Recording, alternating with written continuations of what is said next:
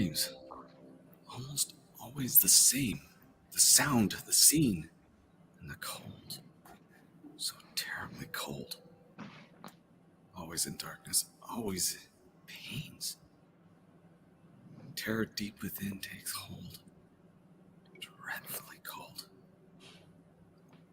Soon follows my confusion. A longing, a wanting, an unquenchable lust. Fear, panic, and the drive to flee. Only this desire is strong. I stay. I must. Her soft, hypnotic voice holds me, dominates my mind. The touch of her lips brings on a paralyzing bind. Then quieting cold. I feel the bite, the sting, and euphoria within.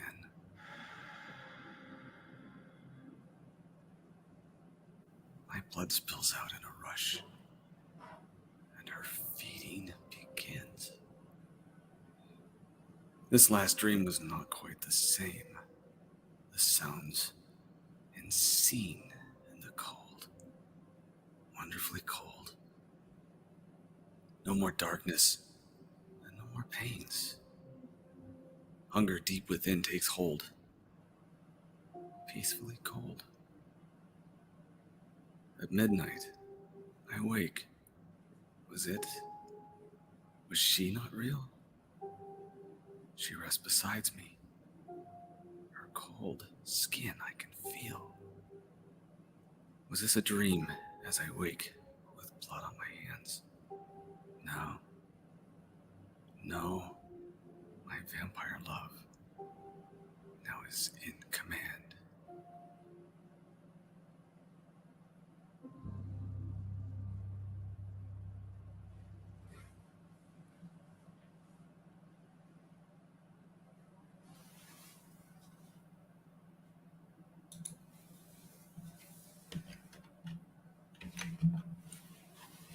All right.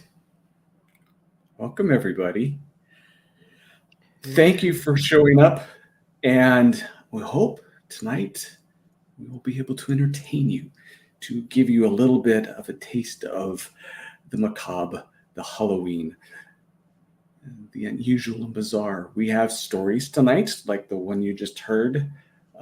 That one, as a brief little history, is something that I did on the fly from my friend at co.ag who said, do something about blood on your hands. But we have true stories, we have old stories, and new stories. But Arlena is going to share first. She has to go to bed, so we're going to make sure we accommodate her. Everyone, enjoy. Take it away. Thank you, Adega, the Mad Doctor of Valhalla. And good evening, everyone. Tonight, I will be telling you the story of Zona Hester Shue, also known as the Greenbrier Ghost. And this is a true story. It was 1896. Zona Hester Shue was 20 years old and living in Lewisburg, West Virginia. There was a strange young man that came into town. Nobody knew of him, and he came looking for work as a blacksmith. He found the work that he was looking for, and all the young ladies were in awe because he was tall, handsome, deep set eyes, broad shoulders, just a very strong, young, handsome man. Zona and he had a whirlwind courtship. Her mother was not so happy with this and opposed it. But Zona was always one to do what she pleased, and she did. A few months into their courtship, they married in November 1896. Time went by. Christmas came around, 1896, And they were said to have been very happy together, living their lives in a house. And Loki, if you can show some of the pictures that I sent you, living together in a house that he had purchased just 14 miles down the road from Mary Jane Hester, Zona's mother. Now, everything seemed happy. And a few months go by, and January 1897, things seem normal. Her husband, Edward Shue, as he was known, decided that he would hire a young man, the age of 11 or 12, named Andy Jones, to help Zona around the home, just to do little chores here and there as needed. And he did so about 2 or 3 times a week. He would go by there and assist. Well, on the morning of January 23rd, 1897, on his way to work, he stopped by Andy's home and asked if he would mind stopping by. Andy's mother said that he actually had to work that day. And this is a direct quote from Andy's recollection of what was said during that time. Mammy told Mr. Shue I had to go to Dr. Knapp's first and would finish some work there. He seemed to resent this, but asked if I would go later in the day. 4 times he came back to the house for me. Each time I was busy until about 1. 1 o'clock, little Andy Jones went over to their home to check and see if Zona had needed any assistance. The reason that Edward Shue had told him to go by there was that Zona wasn't feeling well that morning and he was concerned. When little Andy went up to the home, he stated all the doors were locked and there was an air about the place that I didn't like. He saw a trail of blood on the front steps. He knocked, and when no one answered, he followed the trail through the dining room, and at the bottom of the stairs, he saw Zona. There she was, stretched out on the floor, looking right up at me, wide open eyes. She seemed to be laughing. I was frightened, but still able to reach down and shake her. She was stiff and cold.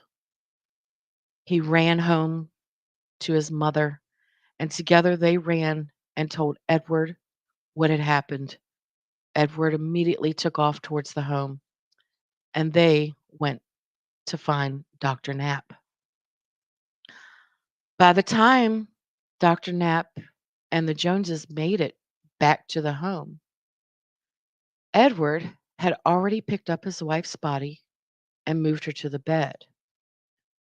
This in 1897 was exceedingly unacceptable because it was custom for women of the community to wash and dress the body for burial.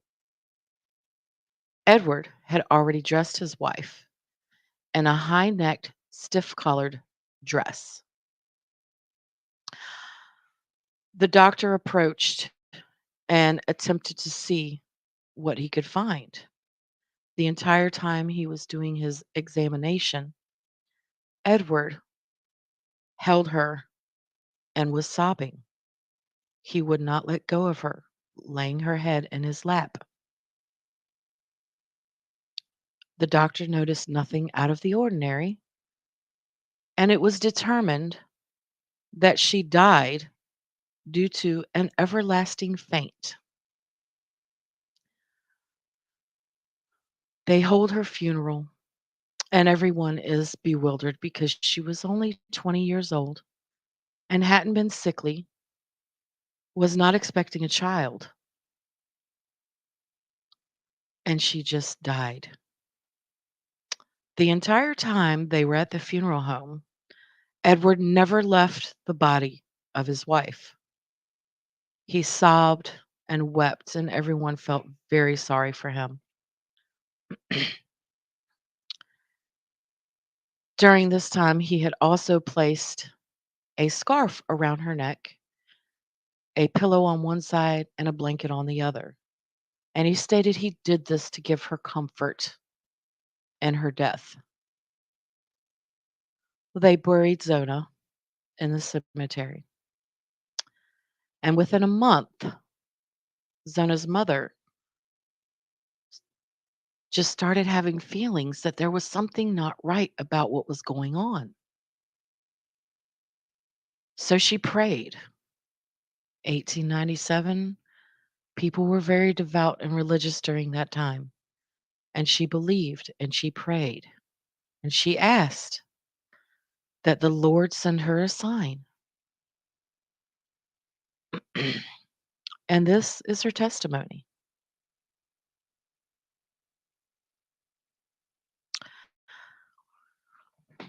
Mind you, she had never been to the home of her daughter and son in law, so she did not know what the home looked like on the inside, nor the outside for that matter.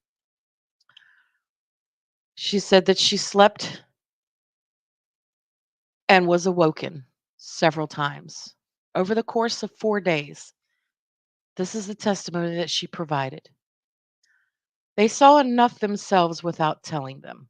It was no dream. She came back and told me that he was mad that she didn't have no meat to cook for supper.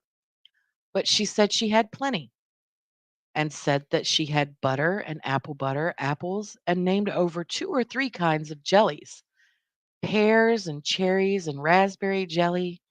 And she said, I had plenty. And she says, don't you think that he was mad and just took down all my nice things and packed them away and just ruined them? And she told me where I could look down back of Aunt Martha Jones's in the meadow in a rocky place, that I could look in a cellar behind some loose plank and see. It was a square log house and it was hewed up to the square. And she said for me to look right at the right hand side of the door as you go in and at the right hand corner from there. Well, I saw the place just exactly as she told me. And I saw blood right there where she told me I would find it. And she told me something about the meat for the 4 nights in a row that she visited me. Each night she came 4 times, 4 nights. But the second night is when she told me that her neck was squeezed off at the first joint. And it was just as she told me. After these 4 days, when Mary had been visited by Zona, Mary went to the sheriff, the county prosecutor, and the doctor and begged them to exhume her body and see what she died from. There was a lot of back and forth. They said they couldn't do it without the husband's consent, but she insisted. She went back day after day after day and insisted that they find what happened to her daughter. Finally, they agreed and they went to Edward's shoe and they told him, with or without his consent, they would exhume her body. Reluctantly, Edward Shue agreed. They went and exhumed Zona Hester Shue's body, and when they dug her up, they took her back to a home and laid her on the table so the doctor could examine her. While he was examining her, Edward Shue became very nervous and started crying and said it was just too much for him to take, that they had to put her back in there. He couldn't deal with it. Well, the sheriff and the prosecutor were having none of that. They had already dug her up. She was already there. They told the doctor to continue with his examination. During his examination, he discovered that Zona Shue indeed had a broken neck at the first vertebrae, exactly where her ghost had told her mother where it was. They also noticed that she had what appeared to be finger and handprints around her neck, exactly as she said, and that her voice box had been crushed and mashed in with extreme force. With this information, they arrested Edward Shue, who had no reason and no excuse to give as to why he did this. They went to court, and it only took an hour and 10 minutes for the jury to find Edward Shue guilty of Zona Shue's murder. The evidence provided was from a ghost. It is the only case known in history where a ghost provided testimony and the defendant was found guilty. Do you believe? It's a very true story.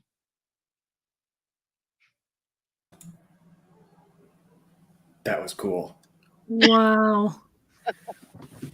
Very cool story. Well Thank done. you. Did you hear that one before? Yeah, it's actually a West Virginia legend.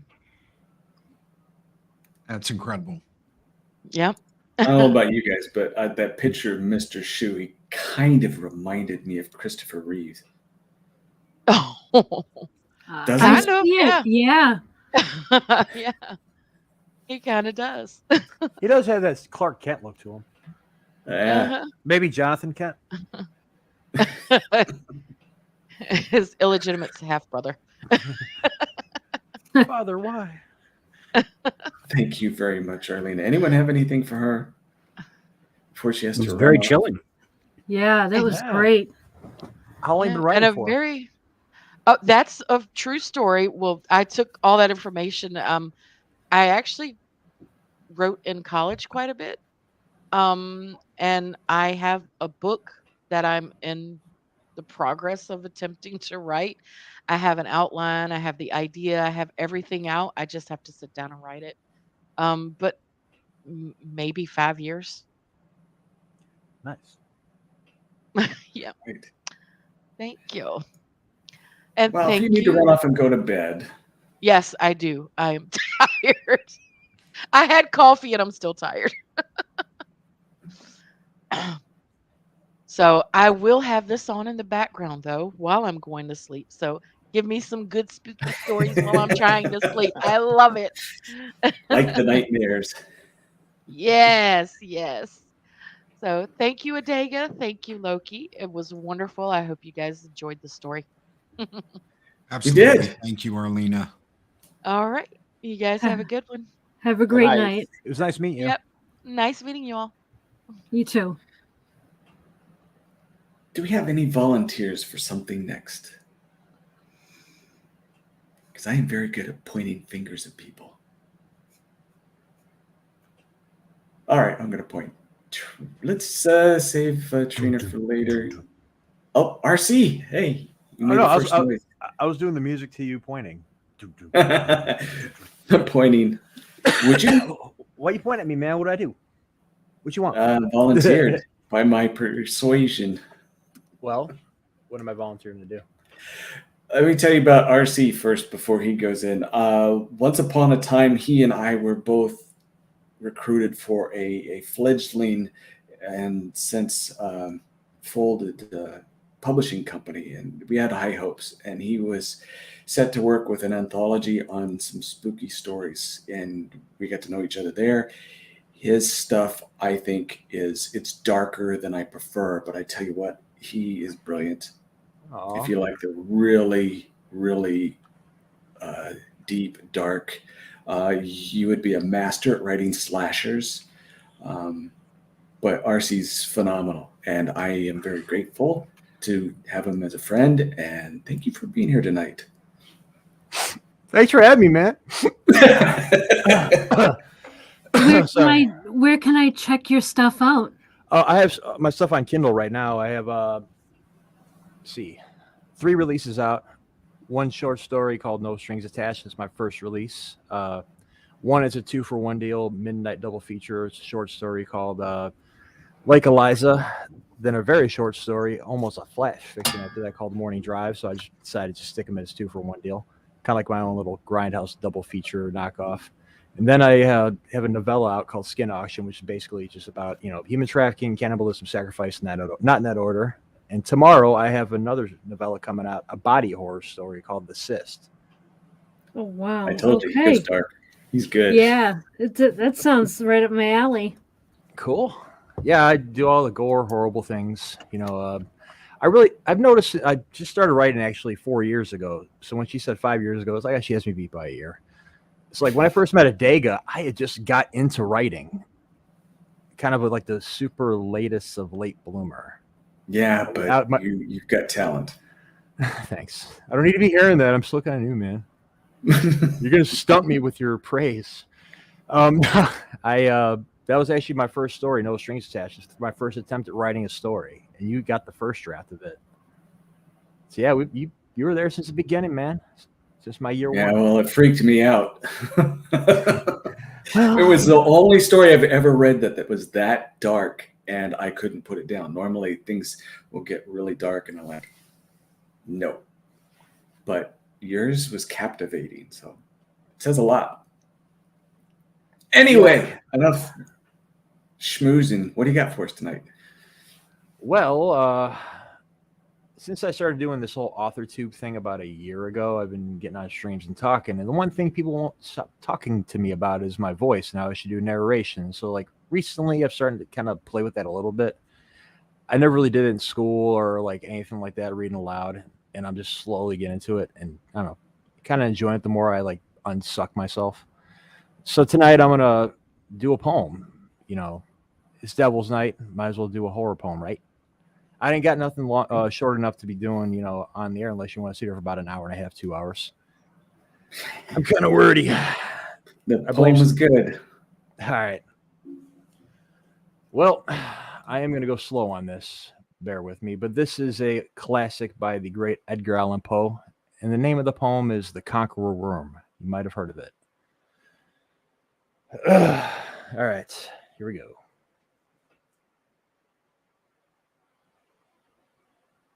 Lo, it is a gala night. Within the lonesome light of years, an angel throng bewinged bedight, in veils and drowned in tears, sit in a theater to see a play of hopes and fears, while the orchestra breathes fitfully the music of the spheres. Mimes in the form of God on high mutter and mumble low, and hither and thither fly. Mere puppets they who come and go, at bidding in vast formless things that shift the scenery to and fro, flapping from out their condor wings invisible woe. That motley drama, oh be sure, it shall not be forgot, with its phantom chased forevermore by a crowd that sees it not. Through a circle that ever returneth in to the same self-same spot, and much of madness and more of sin, and the horror soul of the plot. But see amid the mimicked rout, water. Take 2. But see amid the mimic rout, a crawling shape intrude, a blood-red thing that writhes from out. The scenic solitude, it rise with mortal pangs. The mimes become its food, and seraphs sob at vermin fangs, inhuman Gordon viewed. Out are the lights, out all, and over each quivering form, the curtain of funeral pall comes down with the rush of the storm, while the angels all pallid and wane, uprising, unveiling, affirm that the play is the tragedy man, and its hero, the conqueror worm. Thank you very much. You know what? To be honest, I've never heard that one before. I've read very little Poe, and that was cool. I hope I understood it right. It's pretty Comments, bleak and anyone? cynical. Yeah. You there, Scripps? I want to hear your interpretation of it. The interpretation of I thought it was well read. I mean, it's I was Poe. off rhythm What's a the little story mean? That's the whole thing. Oh. I think I understand it as one thing. I want to validate it as it sounds to me like it's the person's play, and the worm is the ultimate conqueror, because when death comes, they stay. Yeah, it's the never-ending cycle of madness and sin, and what we inflict upon each other, basically. Well, and I mean the thing is that's the looming inevitability of life, which is that you're feasted upon by the worms. I mean, that's just, it's all done within the subtext of it doesn't matter how well a life you live. In the end, you are, well, worm food, unless you're cremated, of course. But that was even not then, you're basically just recycled, just never-ending process. Mm-hmm. Awesome. Thank you, RC. One of these days, Thank we're going you. to have to get you to share something that you're not selling, but that you've written. Well, I started to cut my teeth in the flash fiction a little bit. I don't know if you saw that little thing I threw on Substack. No, I never go to Substack. Sorry. Yeah, and I don't even publish on mine. I was like, I just one of those spur of the moment things. But Sako Toomey has been, talking to me a lot about flash fiction, and just out of the blue, I'm like, you know what? Let me try this. Throw me a story prompt, and less than a day later, I had that on Substack. It was, a little woods kind of dark story. That's all I can say about it. But yeah, I'm going to start practicing on that a little bit, trying to just, kind of hone my craft a little more. I guess that's what these videos of mine are, is flash fiction, if that I understand it right. Like I said, I was given a prompt by the music man himself, Alan at co.ag, and just wrote it out. And so I guess that's the same thing, isn't it? Yep. I know a lot of authors use Substack to try to get more readers. I don't see how they do, but I guess it might work for them. Maybe if I use it more. Substack used it all in anybody else's circles? Honestly, outside of AuthorTube, I really don't hear much about it. Actually, you know what? I've Chuck Palahniuk, the author, has one, I think. I know that a lot of people, like with political opinions, will do like Substack pages or whatever they're called. They'll Gotcha. yeah, you know what I'm talking about, like Blogs? yeah, basically like a blog, yeah. Oh, the ones where Twitter wasn't enough for them. They got to put it somewhere else too. Yeah, actually exactly like that. Like instead of having like a 32 tweet thread, they'll be like, here's the Substack instead. Yeah. I like Never what I'm doing used with it. Substack. All right. Well, I'll have to figure it out. One of these days I'll get with you. We'll check it out. I'll send you that flash fiction story I sent. It was like 800 words. Okay. Yeah. Sounds good to me. And if you're just a hint for you, you want professional help, you can talk to Script down there, get on his Patreon. And I know he's busy helping a lot of people work on their craft, because he's a true professional. Keeps his identity hidden because it's important for his work. Thank you for that. I didn't need to plug it, but I'm happy you did. Thank you. No, I'm gonna plug you any chance I get. Your opinion means a lot to me. Even you're not talking about anything but drama in Hollywood. I still value your opinion. So. Right. Hey, Pat, you ready to tell us another true story? I am, sir. I was going to volunteer if you didn't pick me, because I was thinking that'd be a nice mix. We could do this, then that, then this. Great minds, I guess. Yeah, I suppose. Mine is it's a true story that's kind of an amalgamate of some stuff that goes on in my home city, and I've only told this once, and there's a part of me that's a little superstitious. I just don't like to talk about it. I actually had a pretty big channel one time go, "We'd love to have you come on as a guest and talk about this and more." And I'm like, you know what? I don't think I want to. I want to be real careful because it is very true. Many of the people involved in it are still alive. I don't change any names, but there are some names I'm not going to say, and there's going to be some reason for that, as you'll see. And looking at people in chat, I think the only person that may have heard this before is Mark, and he's going to know a little bit about it because we're not that far from each other, and it has a lot to do with the Gulf South in particular, but specifically New Orleans, where I'm from. And it starts pretty much in the late 90s. And at the time, I was just finishing up, it was 97, and I had gotten a dual degree for my undergrad and graduated in May, but I needed to go back that summer and finish a couple classes and do an independent study so I could get that second degree. And at the time, I was still very torn. I didn't know what I want. I was working at a psych hospital, and I liked it, but it wasn't something I wanted to do forever. And I was considering the priesthood. I was considering being law enforcement or being a teacher. And, in my family, talk about an Irish Catholic group of people from New Orleans, pretty much everybody, especially in my generation, were all either teachers, priests, nuns, or cops. And at the time, I was like, I'd like to be a policeman, but I wasn't sure. And I had a cousin who was, and he had made detective very early in life. He was not even 30 years old, and a pretty big. We have parishes down here instead of counties, and a pretty big parish. And he had actually gotten on a task force for serial killers, and I found that terribly, terribly interesting. So he and I would talk, and I kind of had him mentor me a little bit to see, hey, did I want to do law enforcement or not? And um, so in August, I'm driving back. I'm driving to school. I'm getting ready to go, and I had to go to work that day, and I get a phone call from him, and I'm like, "Oh, hey, what's up, dude?" And he said, "Listen, can't talk right now." He says, "Turn on." I think at the time it was maybe 99.5 WRNO down here. He's like, "Turn on WRNO, listen to it. I'll call you afterwards."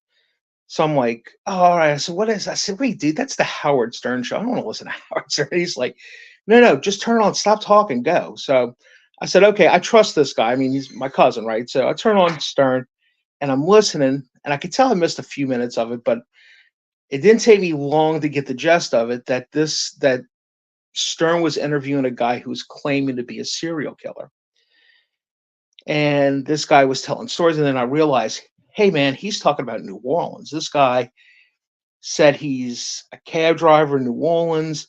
He's killed probably about a dozen women, and he starts talking about the different ways that he did things, and he was real weird. He'd like pay them before he killed them and stuff, and talked about dumping the bodies. And Stern's talking to him, and I'm kind of like, is this a hoax? Is this something that he put together himself? Is this just some crazy person from New Orleans calling? Because we got plenty of this. I didn't really know, but there was something about it that just really, it felt weird. It felt true, but yet it felt really strange. But I have, I'm one of those guys. I know just enough psychology to kind of get myself in trouble. But the way the guy was hesitating with what he said, and he seemed like he was real careful in how he shared stuff, I was like, this could really be the real deal.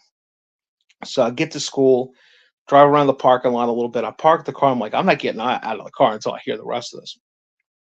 So sure enough, he finishes up. He's telling his little story. And Stern asks him, he goes, well, aren't you afraid you're going to get caught? And the guy kind of chuckles and he's like, no, I don't think I'll get caught. He even said something like, he's like, they don't even suspect me. He said, if anything, there's a black policeman that they think is the murderer in New Orleans. He's like, so they're never going to catch us. He's like, they don't know what's going on. So I thought that was really strange. I'm like, okay. So turn off my engine. I go in, kept my little Motorola phone, right? Because it's a 97, little brick phone that I had with me, walking around with it. And sure enough, about an hour later, my cousin calls me up and he's like, "What do you think of that?" I said, "You think that's real?" And he goes, "Yeah, there's something there." He says, "I don't know if it's somebody calling for somebody else." He's like, "But the stuff he's talking about," he says, "I can't go into any detail." He's like, "But that sounds like something that's going on." So sure enough, in a matter of months, they've arrested and charged this gentleman by the name of Russell Elwood. Some of you may have heard of him before. Um, with the killing of one, he had drugged a woman, and then I believe he strangled her, and he dumped her at the side of the road, off of like a bayou, and they had caught him on a couple of other things, and he, denied a lot of this and everything, and but they thought, they were like, "Look, this guy seems like he's done this before," and they had 3 or 4 other cases that they really thought we could get him on this, but you know what? They never did. And if you look up Russell Elwood, I don't think he's even in Wikipedia because he's a supposed serial killer. They think he might be responsible for up to 16 women. Some people would say more. So I thought, man, that's crazy. So my family, once in the summer, once between Christmas and New Year's week, we'll get together and kind of like see each other, celebrate holidays, people's birthdays, and things like that, and the family. And right before COVID, I saw this cousin. I walked up to him. I'm like, "Man," I said, "I can't believe you guys." I said, "This guy called," and I said, "Do you think that was him on the phone?" And he goes, "Yeah, I do." He says, "I think that was him." And he says, "I think we caught him." I said, "Man, that's great." I said, "So I guess you guys could kind of disband this task force." And he goes, "No." So what do you mean, no? He said, "Oh, Pat." He said, "We caught this one guy." He said, "But I and a few other detectives really believe that there's like at least 2 more, maybe 3 or 4 people who are using the Metro New Orleans area as a hunting ground." He said, "I think we caught one of these guys." And I was like, "Wait, you think they're working together as a team?" He goes, "No, I think we're just a great hunting ground." He said, "Think of it." And he's right. If you look at New Orleans on a map, we're surrounded by lakes and swampland and bayous, and a lot of people don't realize this, but Orleans Parish is connected right to one county over to Mississippi and the Gulf Coast, and just driving from here to there, New Orleans is huge. We're a parish, but we're also a city, so the whole parish of Orleans is also the city of New Orleans. And just driving from here to Mississippi takes you about an hour, and you go through forest and over lakes. And if you guys saw that accident that happened last week, that's an elevated bridge, and we have about 1,000 miles of highway like that along the Gulf South, and you could easily dump a body there. So I said, "Wow, do you really think that's the case?" He said, "Oh yeah." He says, "I'm almost sure." He's like, "Our work isn't done." And I was just like, "Wow, that is insane." I said, "Well, what do you think about the policeman?" And he goes, "I don't have any comment on that." And he excused himself and he went and got a drink or something. I was like, "Wow, that's really strange." And come to find out, there was a policeman who worked for New Orleans, and I'm not going to say his name because he was never convicted of anything. He was never even arrested. And he actually ended up leaving the police force. He resigned. I believe he moved to somewhere in Georgia. They've never been able to pin anything on him. And I started thinking like, wow, that's really strange. I said, could you really get away with being a policeman in New Orleans and being a cop and doing that? And I said that to my dad. I said, kind of just thinking it to myself. I said it out loud. My dad laughed and he goes, he said, "It wasn't like you were 2 years old." He's like, "You don't remember Len Davis and what was her name? The female cop, Antoinette, Len Davis and Antoinette Frank." He's like, "They're in jail, Pat." And I'm like, "Really?" So I went and Googled them, and sure enough, um, they had we have 2 different. As a matter of fact, she just went up in front of the board and tried to get her sentence commuted. But we had a New Orleans policeman in '93 who not only was a mass murderer but a serial murderer. She killed her partner and killed 2 people in a restaurant that she was robbing, and tried to kill the other family members, but the other family members hid in the freezer, and she didn't find them, and they were able to identify her. And then after that, they went through her house and everything, and through her family's house, and her dad had been missing, dug up the backyard and found him underneath the porch of her house. And before she became a policeman, she cared for elderly people, and there were 3 people that she worked with that they can't find. That's a fact. Glenn Davis was a little bit less exciting. He was known for killing witnesses and killing drug dealers and taking their money and their stashes and stuff. They think he might have killed as many as 7 or 8 people, but they only got him for 1, and he's actually in the federal pen. So I was like, wow. I told this story about 2 years ago. I said, you know what? When COVID's over and I see my cousin, I'm going to ask him about, hey, do you have any updates? Do you have anything like that? And find out about. And sure enough, no sooner had I done all that and everything and all that, they arrested and convicted another man who had killed people during Katrina. And he had stalked about 7 or 8 women. He killed them. He didn't do a good job of disposing their bodies because my cousin thinks that during Katrina, there was probably somebody in the aftermath of that probably took advantage of it. So when I saw him, I'm like, man, can you believe they arrested this guy and everything? And he's like, yeah. I said, now do you think it's over? And he said, no. He said, Patrick, I'm going to tell you something. The fact of the matter is, New Orleans has always been, and probably will continue to be for the foreseeable future, certainly, a very hard place to police. It's too big. There's too much crime. The police force has been chronically understaffed almost since the beginning, certainly for the last 100 years, and even more so the last 25 years.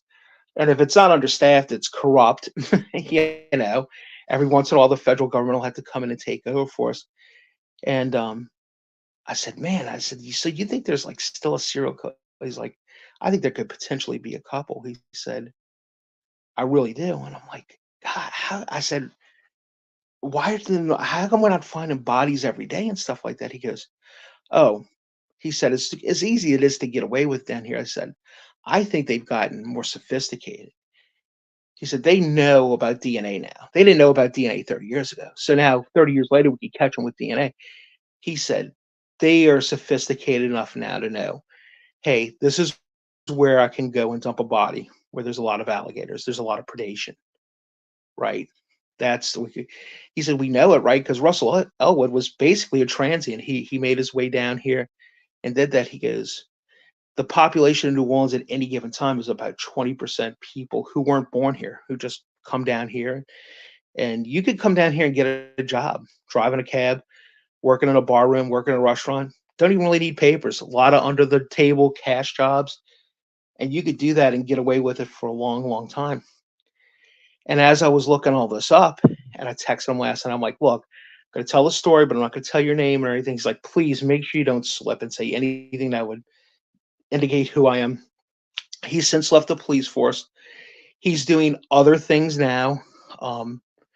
But he has told me he's kept his files and he actively looks. And I said, what do you look for? And he said, well, nobody wants to talk about this. He said, but we still have 1,000 missing people from Katrina. He said, and outside of Katrina, there's about 550 people missing from Louisiana. It's about 7 or 8 women between the ages of 14 and 45 missing from the Gulf Coast of Mississippi.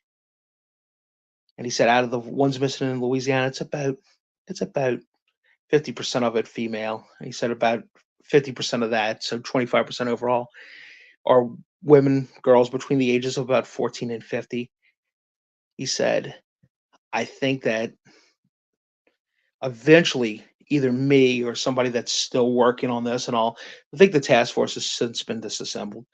He said, but I think somebody one day is going to put some, one and one together and figure out what 2 is and everything. He said, but I don't know what that's going to be. And I don't know even if we find 1, if that's going to matter. He said, because there's probably more than that. And there's probably more coming every day because the people that do these things aren't stupid. He's like, it's very hard to get caught, and they know what New Orleans is like. And we know for a fact right now, as a matter of fact, it was just on the news the other day. And I bet you guys don't know about this. I bet you didn't hear about this on the news nationally or read it in your local paper and everything. But we've had for about the last 2 years a serial sniper that works on the interstate on I-55 and I-10, and has killed maybe as much as 35 people. We don't know. Some of it could be gang based, some of it could be road rage. We don't know. But we know this: they won't release information about ballistics. They won't talk about any cameras that they had that they've caught people with and all. They just say it's an ongoing investigation and they can't talk about it. But we know that person's here, or people that are doing that. And it's just, it really makes you wonder. As much as I love New Orleans, I kind of wonder, will I still be able to stay here when I'm older? When I'm not a young man anymore and don't enjoy the excitement, because it's a city that you truly do fall in love with. But it's not a place I'd want to be as a single woman or an old man or an old lady. That's for sure. But Guess where I'm that's vacationing to. yeah, that's pretty much the story with a couple little updates from when I told it a couple years ago. That's spooky. Man, I couldn't help but get enthralled by that, because you want to talk about old cities with dark histories, corruption, death, and blood at every corner. I grew up on the south side of Chicago. I know all about that stuff, man. There's shadows all over this place, and everything you just said. Oh man, you don't even want to know all the unsolved mysteries around here. All the people just go missing. That's why I tell any of my friends to go to the conventions around here, because most of them are near O'Hare Airport. Any of them are women. Like, you either bring a weapon or a big person with you, because people disappear around there all the time. You just cart them off to any field out there, gone. Whoever's got the money, get You them out make of there. me very glad I live in the middle of nowhere with a bunch of hicks and cows. See, that's scarier. Those crickets, man. Yeah, loud, noisy things. Well, thanks, Doc. I hadn't told that in a while. Oh. I thought you might appreciate it, so I wanted to come share it. It's a good time of year to do it. So maybe I'll close the book on it again for a couple more years. If anything new happens, I'll let you know. Maybe talk about it again. We all thank you. Yeah, that's a wild story, Yeah, man. that was crazy. All right. Are you ready, Trina? Yeah, sure. Well, let me tell you about Trina first. Her channel will pop up in the chat. She does old toys, and the best part is she does horror movie reviews. And she has a good crew that go with her, and it's good stuff. So check it out when she does them, even if you catch it on the replay, because sometimes it's quite amusing, but she does good work. And I appreciate you for being here, Trina, and sharing with us. It's from Poe too, I believe. Yes. Well, first of all, thank you for plugging my channel, and thank you for the invite tonight. This has been very fun. So yeah, this is this story from Poe. I'm doing the oval portrait. Ooh. Yeah. All right, so I'll just get right into it. The chateau into which my valet had ventured to make forcible entrance, rather than permit me, in my desperately wounded condition, to pass a night in the open air, was one of those piles of commingled gloom and grandeur which have so long frowned among the Apennines, not less, in fact, than in the fancy of Mrs. Radcliffe. To all appearance, it had been temporarily and very lately abandoned. We established ourselves in one of the smallest and least sumptuously furnished apartments. It lay in the remote turret of the building. Its decorations were rich, yet tattered and antique. Its walls were hung with tapestry and bedecked with manifold and multiform armorial trophies, together with an unusually great number of very spirited modern paintings in frames of rich golden arabesque. In these paintings, which depended from the walls, not only in their main surfaces, but in very many nooks which the bizarre architecture of the chateau rendered necessary, in these paintings my incipient delirium perhaps had caused me to take deep interest, so that I bade Pedro to close the heavy shutters of the room, since it was already night, to light the tongues of a tall candelabrum which stood by the head of my bed, and to throw open far and wide the fringed curtains of black velvet which enveloped the bed itself. I wished all this done that I might resign myself, if not sleep, at least alternately to the contemplation of these pictures and the perusal of small volume which had been found upon the pillow, and which purported to criticize and describe them. Long, long I read, and devoutly I gazed. Rapidly and gloriously the hours flew by, and the deep midnight came. The position of the candelabrum displeased me, and outreaching my hand with difficulty, rather than disturb my slumbering valet, I placed it so as to throw its rays more fully upon the book.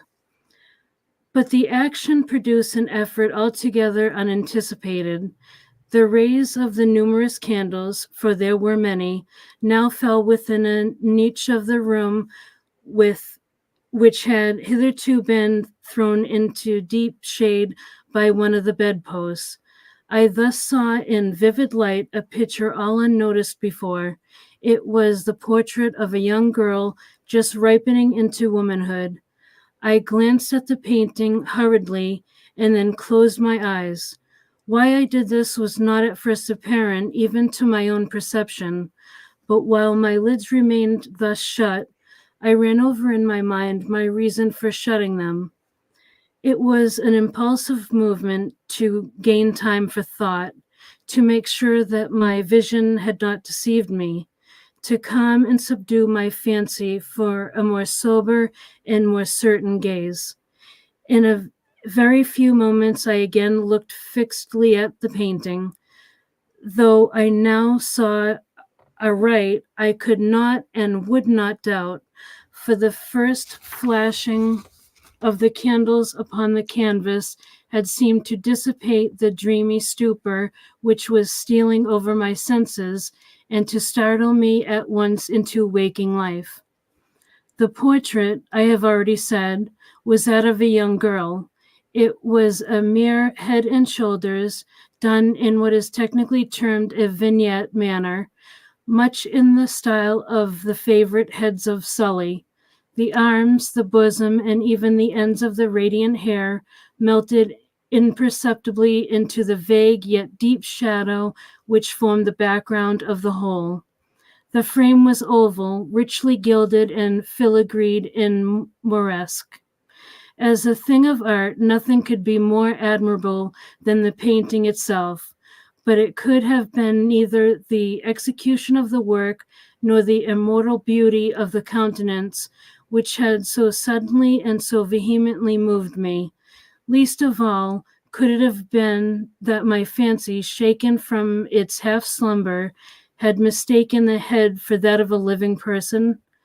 I saw at once that the peculiarities of the design, of the vignetting, and of the frame must have instantly dispelled such idea, must have prevented even its momentary entertainment. Thinking earnestly upon these points, I remained, for an hour perhaps, half sitting, half reclining, with my vision riveted upon the portrait. At length, satisfied with the true secret of its effect, I fell back within the bed. I had found the spell of the picture in an absolute lifelikeliness of expression, which at first startling, finally confounded, subdued, and appalled me. With deep and reverent awe, I replaced the candelabrum in its former position. The cause of my deep agitation being thus shut from my view, I sought eagerly the volume which discussed the paintings and their histories. Turning to the number which designated the oval portrait, I there read the vague and quaint words which follow. She was a maiden of rarest beauty, and not more lovely than full of glee. And evil was the hour when she saw and loved and wedded the painter. He passionate, studious, austere, and having already a bride in his art. She a maiden of rarest beauty, and not more lovely than full of glee, all light and smiles and frolicsome as the young fawn, loving and cherishing all things, hating only the art which was her rival, dreading only the palette and brushes and other untoward instruments which deprived her of her countenance of her lover. It was thus a terrible thing for this lady to hear the painter speak of his desire to portray even his young bride. But she was humble and obedient, and sat meekly for many weeks in the dark, high turret chamber where the light dripped upon the pale canvas only from overhead. But he, the painter, took glory in his work, which went on from hour to hour and from day to day. And he was a passionate and wild and moody man who became lost in reveries, so that he would not see that the light which fell so ghastly in that lone turret withered the health and spirits of his bride, who pined visibly to all but him. Yet she smiled on and still on, uncomplainingly, because she saw that the painter, who had high renown, took a fervid and burning pleasure in his task, and wrought day and night to depict her who so loved him, yet who grew daily more dispirited and weak. And in sooth, some who beheld the portrait spoke of its resemblance in low words, as of a mighty marvel, and a proof not less of the power of the painter than of his deep love for her whom he depicted so surpassingly well. But at length, as the labor drew nearer to its conclusion, there were admitted none into his turret, for the painter had grown wild with the ardor of his work, and turned his eyes from the canvas rarely, even to regard the countenance of his wife. And he would not see that the tints which he spread upon the canvas were drawn from the cheeks of her who sat beside him. And when many weeks had passed, and but little remained to do, save one brush upon the mouth and one tint upon the eye, the spirit of the lady again flickered up as the flame within the socket of the lamp. And then the brush was given, and then the tint was placed, and for one moment the painter stood entranced before the work which he had wrought. But in the next, while he yet gazed, he grew tremulous and very pallid, and aghast, and crying with a loud voice, "This is indeed life itself," turned suddenly to regard his beloved. She was dead. The end. Wow. I guess that's where a lot of the old paintings come to life came from. Yep, that was one of the inspirations for what I think it was called Dorian Gray. Portrait of Dorian Gray. Yes, yep. I don't know that one. I have it's in my odds and ends on my playlist, I think. But I have a bunch of lecture books from 100 years on back of some of the great orators, politicians, lecturers. And one of them, I've got things from Mark Twain, but one of them is a lecture that Poe gave about, for him, modern writing. And if it is in odds and ends, you'll see a dog and you'll have to crank up the sound because I did it on an iPad and it didn't record very well. But I took an excerpt out of it, and pretty much even back then, I loved what he had to tell the people at the time, because he was basically fighting the same fight that a lot of people are fighting today, of how people are destroying the art, because it is better to praise someone for working hard instead of praising them for the accomplishments which they make. You know, patting on the back and giving them a participation trophy was something that was very similar to them back in his time, and he ripped on them, and it's very cool. And I think it's in there. So if you guys are curious to Wow. hear an excerpt from that, like I said, you're going to have to crank up the volume because it's not very loud. But Yeah. Cool. it's interesting. Lost Pat for a sec. Oh, Loki did it. There we go. No, I got control and he's got control, and we bounce back and forth. Yeah, that Thank was you, actually my Freeman. fault, Doc. The internet went out for a second for some reason. Oh, Came right that's back okay. on there. That's weird. Well, I'm very fortunate because Script's his internet has been very bad today, but he's been with us the whole time and he found something for us to share. Are you ready? Yeah, I actually was inspired by listening to you guys. I whipped off a 5-stanza poem of horror to read for you if you'll have it. Awesome. Nice. Yeah. So Take her away, boss. if you're all ready for it, I'll begin. We're ready for you. Okay. Excuse me. A loving woman, or so she seemed, plotted along an evil scheme. She met a man whose heart is strong and won him over with a siren's song. His savings were modest, but life was rich. 'Twas not enough for this deceptive bitch. If her groom could die, there would be great gain. Insurance was huge, life would never be the same. She developed a plan of sinister art to take his life and break his heart. Together the two updated their will, then found her weapon through a simple pill. With a poisoned drink, she began her plan, ending the life of a truly good man. His heart, once strong, pumps no longer, but ghostly echoes beat ever stronger. In guilt and fear, she finds no rest, for murder's grip is not the best. Through haunted nights, his heart's great sound torments her mind on ghostly ground. You just wrote that while you were listening tonight? Yes. I love it. Nice. That's fantastic. Oh, thank you. Brilliant. Pretty cool. I told you. That was He's my first awesome. out loud reading of it too. So yeah, but you guys inspired me. Thank you, and I'm glad you enjoyed it. Very much so. Very much, Thank you yeah. very much. See, I overthink everything, and I basically edit while I write the first draft. So, like, on the fly like that, it's like I can't do that. I don't understand you people, but I like it. I dig it. It's years and years and years of practice. Yeah. Well, But I'm happy I was able to contribute something, because I was struggling to find something for this show, and lo and behold, the energy got in the room, and your readings of things got the juices flowing. well, we're all blessed because you shared your talent with us on the fly like that. I mean, seriously, thank you very much. All right, we got 2 things left. You up, Loki? Yeah. All I like right. script. I never had a chance to write anything earlier today, so I've been working on that while I've been sitting here in the back. So,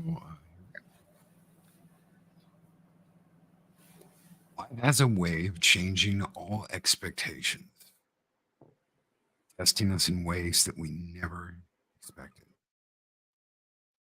Dark blue eyes, it always starts there. Soft, smooth skin, we can't get past that. A figure to die for, one to kill for. Pale skin, dark skin, doesn't matter. But it always started there. I tried to make exceptions. Countless women in countless places. All of them would keep their youth, keep their beauty, always holding on to that last moment of bliss. Why do you think we are driven to take these steps? The ultimate form of Kodachrome. No one but me sees the lasting beauty. No one but me sees the lasting purity of my life's work. Beauty of their hair, their soft skin, their eyes, doll's eyes. Every angel takes a small part of me with them as they leave. Everyone brings me closer to my own lasting immortality. However long it takes, however long they need me, I will be here to help them stay beautiful forever. My work is thankless, immortality given out like gumdrops and no one understands. One day I'll make my way there, make my way up to God Himself and shake His hand for all my bloody, thankless work, for all the blushing brides I've sent to Him who will stay that way forever. He will be so proud all the work I've done to show the world that these beautiful brides will keep their love, keep their charm, holding on to the last gift I gave them. My life's work will live on in legend for generations, generations of young, beautiful brides coming to find their final days opening like flowers waiting to be clipped. Ladies, I have the cure to your worst fear, the long, slow death of what you hold dear. Come to me, or I'll come to you.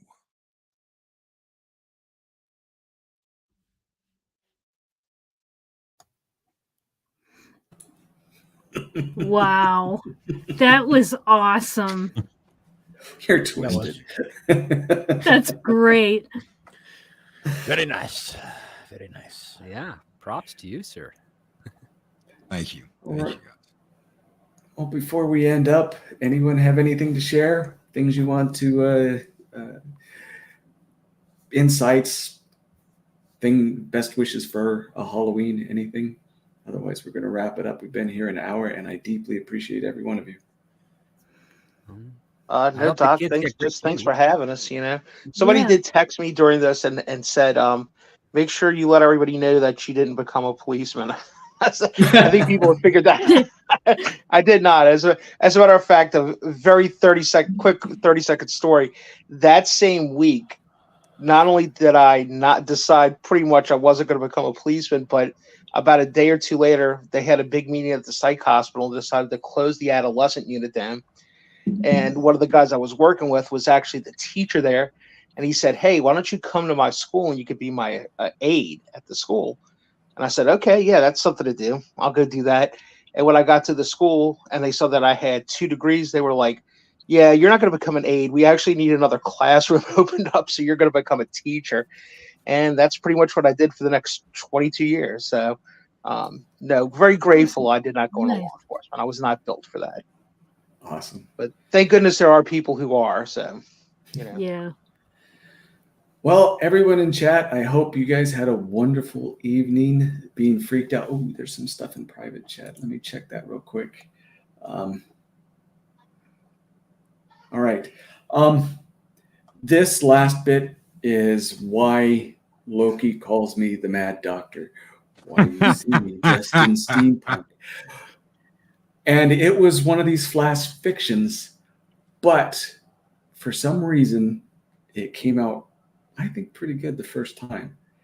Sound effects were added, music at the very end, but we're going to close with this, and you guys can ridicule me afterwards. So make sure the volume's a little louder this time, if you would, Loki. And thanks for coming. Hopefully we can do it again next year if everyone liked it. Yeah. Sure. Heck yeah. If we're still all here. I'm going to roll it. You're ready. All Yes, right. please. I was waiting on you.